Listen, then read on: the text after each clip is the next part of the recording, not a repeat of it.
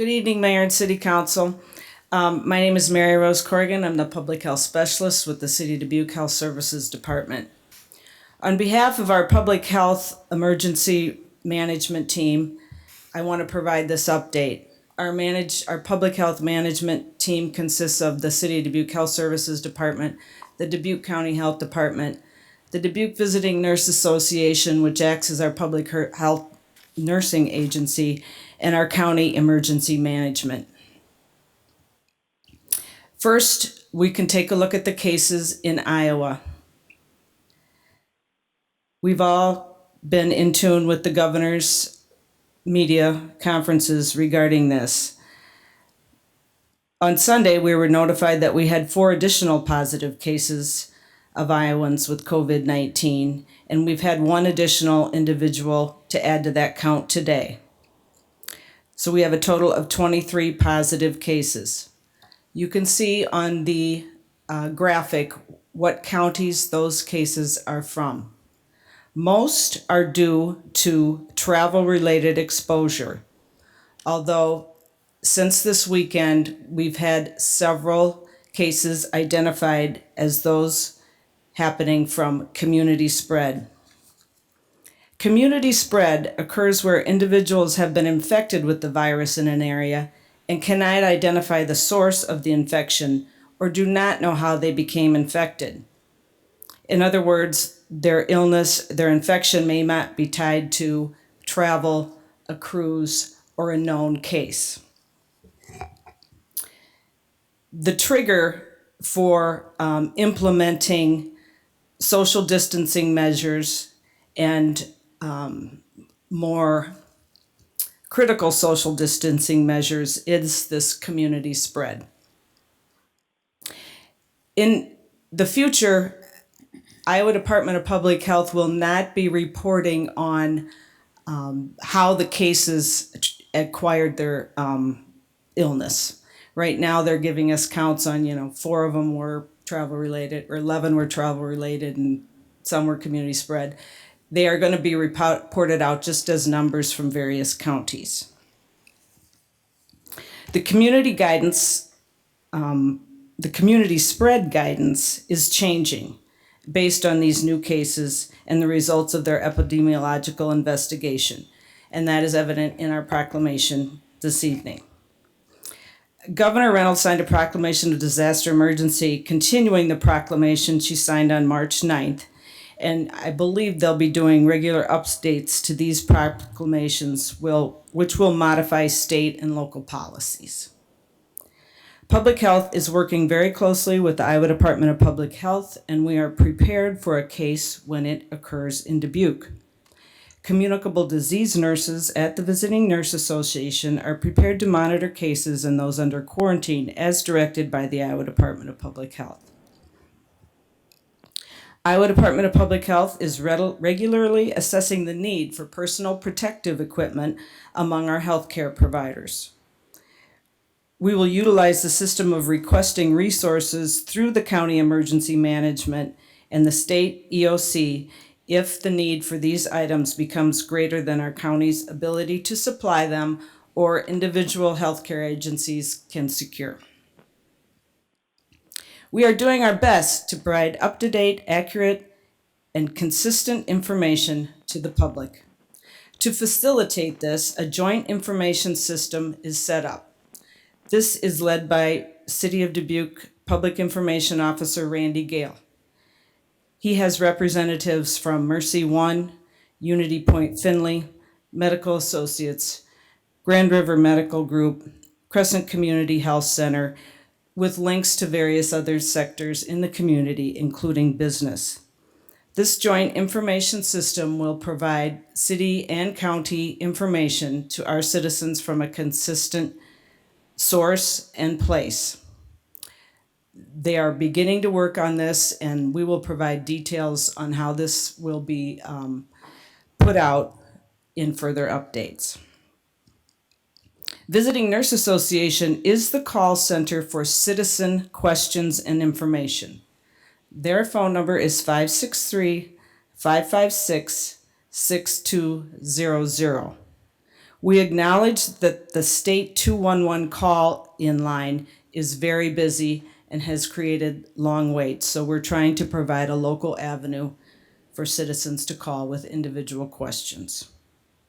We know that businesses and work sites are adjusting their work policies to accommodate Iowa Department of Public Health workplace flexibility recommendations. COVID-19 testing. We are working with local healthcare providers to plan for community testing. You will be receiving more information on that as it develops, and it will be dependent on test kits becoming available. Right now, providers are testing individuals based on strict screening criteria. I would be remiss if I didn't continue to stress the importance of watching for symptoms, especially keeping in mind travel considerations. Continue to watch for symptoms such as cough, fever, and shortness of breath. Wash your hands, especially after touching any frequently used item or surface. Avoid touching your face. Sneeze or cough into a tissue or the inside of your elbow.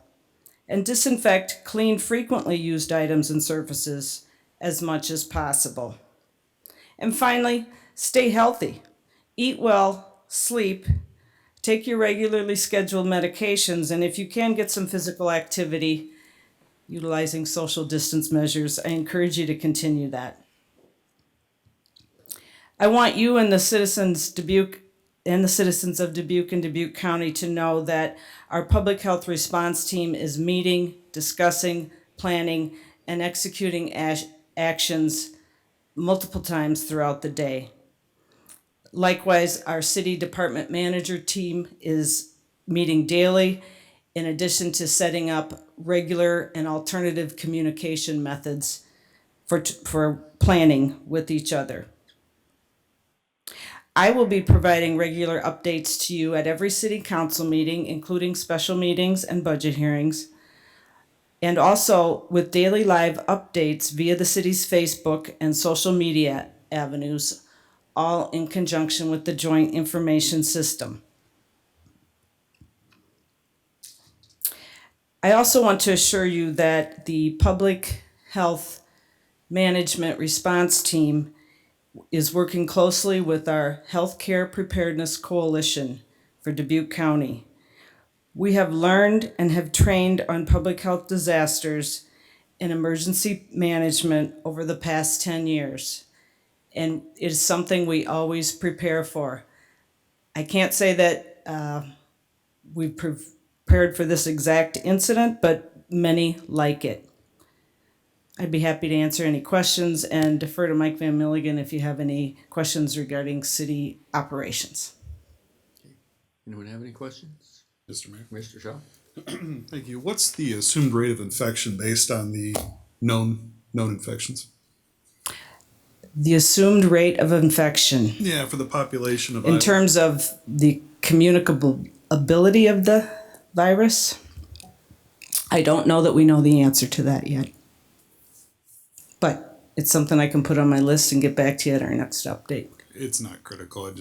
I had read studies from Ohio that effectively treated the number of known cases as a sampling and then extrapolated from that what percent of their population they believed likely had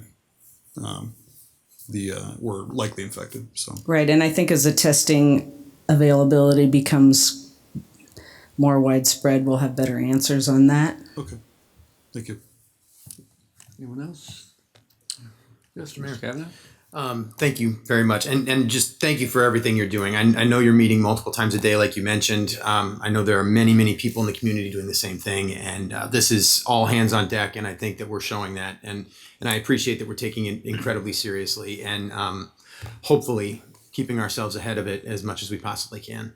I guess I'm constantly filled with questions, to be honest with you, about making sure that everything is going forward. But just to ask a few here, and these might actually be more procedural questions for potentially for the city manager, but maybe we can all answer them together. But essential services, making sure that we have things in place for keeping things moving along, making sure that the city continues to function. Can we just hear a word on that so we can kind of understand where we are from that standpoint?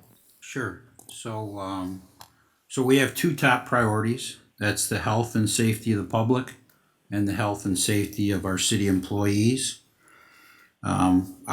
We want to do this, pay attention to this while we're acting in a responsible manner to protect the health and safety. We want to continue to provide a high level of service. Now, especially with critical services like sanitary, sewer, water, police, fire, ambulance, emergency communications, airport, health services, we're reviewing what we call our continuity of operations. So that's the idea. If something were to happen to some employees in those departments, how do you continue to deliver those services that have to be delivered? We have those plans. Fortunately, we have a very proficient county emergency management agency, which we co-fund and work with. Tom Berger leads that. Rick Steinis, our fire chief, is the deputy director of the county emergency management. And along with Mary Rose, we have annual practices. We bring in different agencies, interact with them. We have plans of operation. We have continuity of service plans. But like anything else, when something new arises, you want to revisit all those. So that's what we're in the process of doing right now. I have a high level of confidence that if this continues to affect the country and affects us at even a greater level, since the good news is we don't have a case here yet, that we're prepared to deal with that. Of course, the goal is, as they describe, is to flatten the curve so that whatever does happen doesn't overwhelm the systems you have in place to deal with it, like the hospitals and the medical centers. And as the mayor's proclamation discusses, and the joint statement that was issued last week by the mayor and Dave Baker, the chair of the county board of supervisors, is social separation is the best way to flatten the curve. And so that's our goal to do that. Starting tomorrow, we'll start offering implementation instructions to the public about the mayor's proclamation. So for instance, as the mayor said, City Hall is going to be closed starting tomorrow. All right, well, what if I have to pay my water bill? So we'll issue instructions tomorrow about the methodologies you can use to make that happen. For instance, one of the things we're going to be suspending for 30 days is water shutoffs.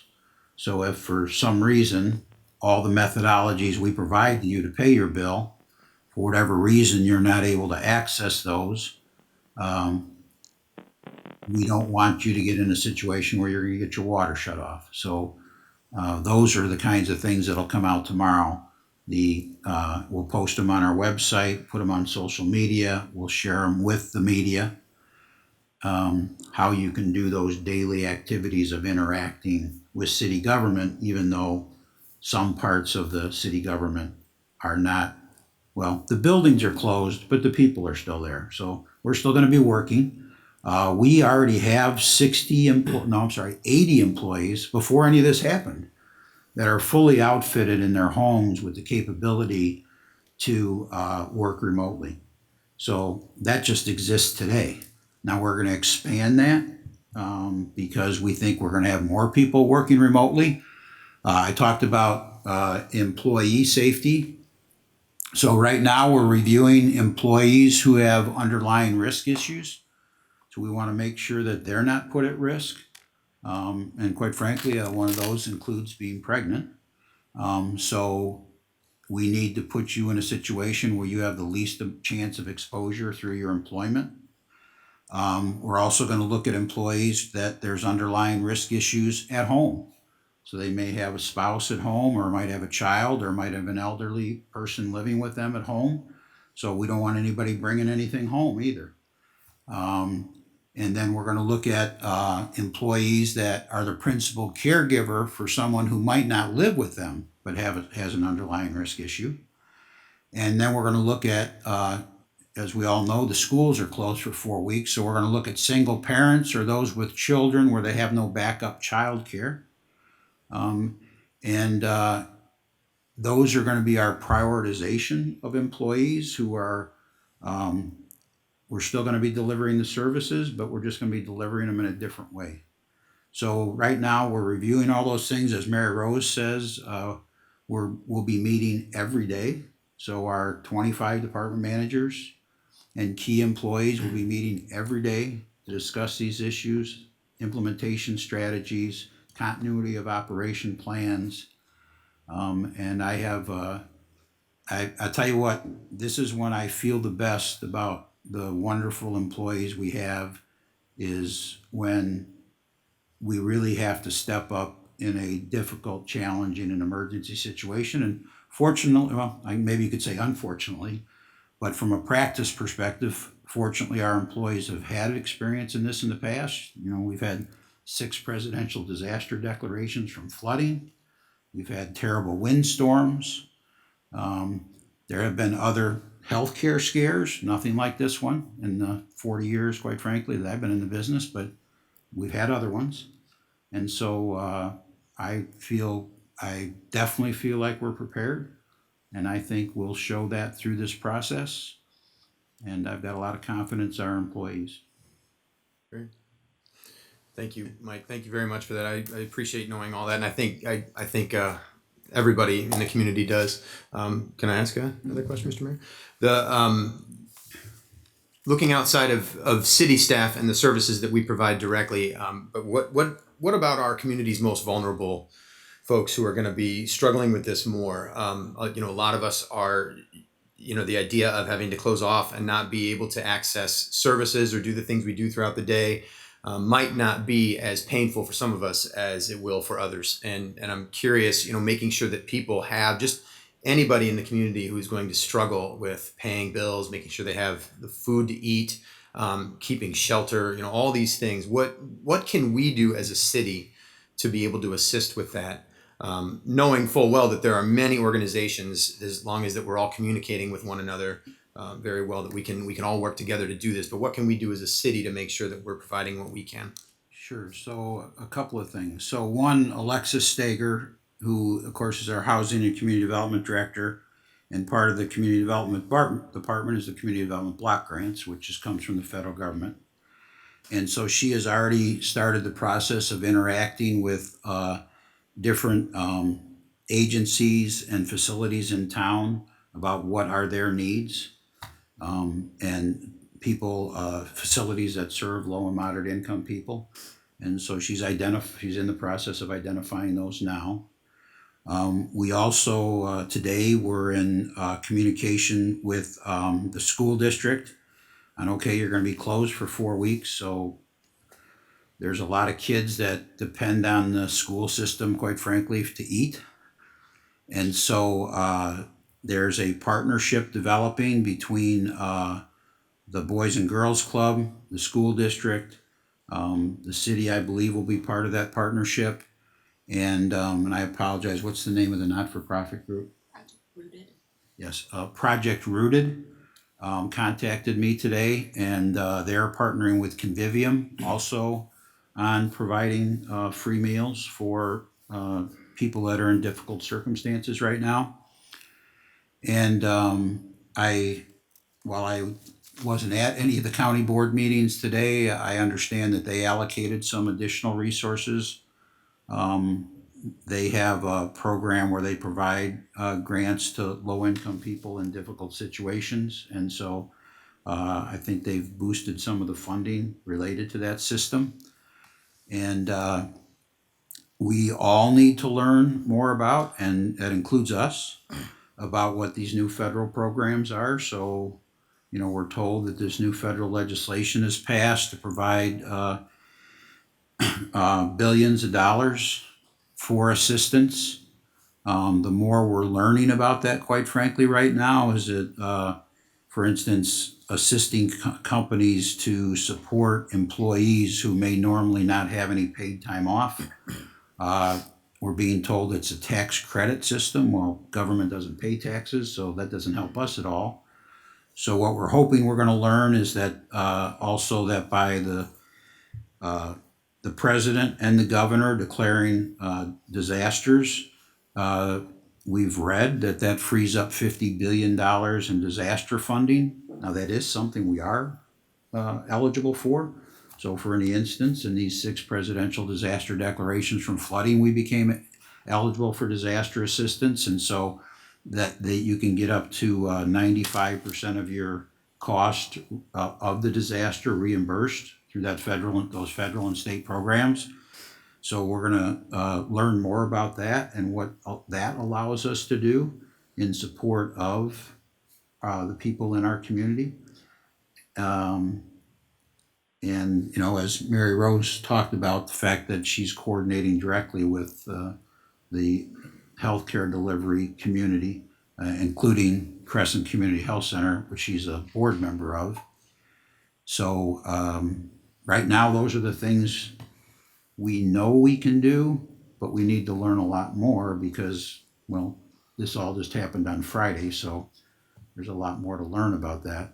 But we're anticipating, based on the way they're touting it, that a lot of that assistance is going to be there and available. Okay. All right. Thank you. I have one more question, Mr. Mayor, but I'll let other folks Anyone at have the table if they need. Okay. Okay. This last question has to do with the business of City Council, actually. So, we have 3 budget hearings next week that are planned. And I appreciate that we have limitations on how many people can be present in one place at one time.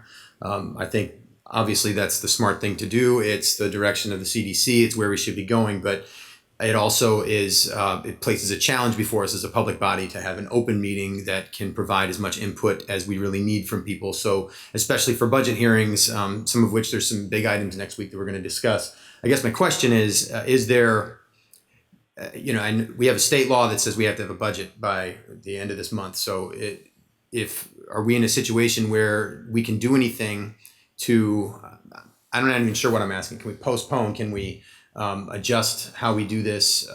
Do we need to consider how we're meeting as a body currently in the situation that we're in to make sure that we are being as open and transparent as we can, getting the business done that we need to, but then also keeping everybody safe and not putting people at risk? Mr. Mayor? Yes, go ahead, Mike. So you may have heard or read that the state legislature is going to adjourn for at least 30 days. And we're being told, and it was supposed to happen at 3:00 this afternoon, but I haven't gotten final word yet, that they voted to actually do that. And we're being told that part of that will be a relaxation of some of the rules that govern some of the deadlines which we face through the budget process. And one of the representations was that instead of March 30th that you have to adopt the budget by, that takes effect July 1st, that they may give you till April 30th or the end of April, let me put it that way. I haven't seen any of that in writing or actuality though. I just heard they were considering that. So there is the potential that you might have more time than next week to have your last 3 budget meetings if you choose that you want to delay it beyond next week. And I think they're also looking at relaxing some other rules related to meeting requirements. I don't know, Krenna, if you saw any of that or?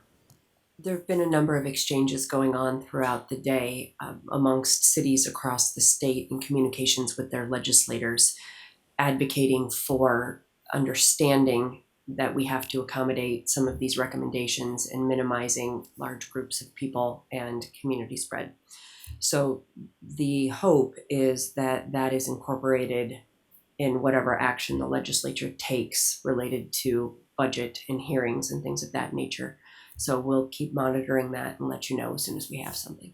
So I just got a text from Terry Goodman, and she says the Iowa League of Cities advises that tomorrow some legislation will pass. So I don't know how that happened since I thought they took a 30-day recess, but and included in that legislation will be they'll delay the budget process by a month. It doesn't say what other kinds of things are included, but I do know they're talking about including some other things. Okay. Stay tuned. All right. All right. Thank you, Mr. Mayor. But, any other questions? Mr. Jones or Mr. Russell, you have any questions? Okay.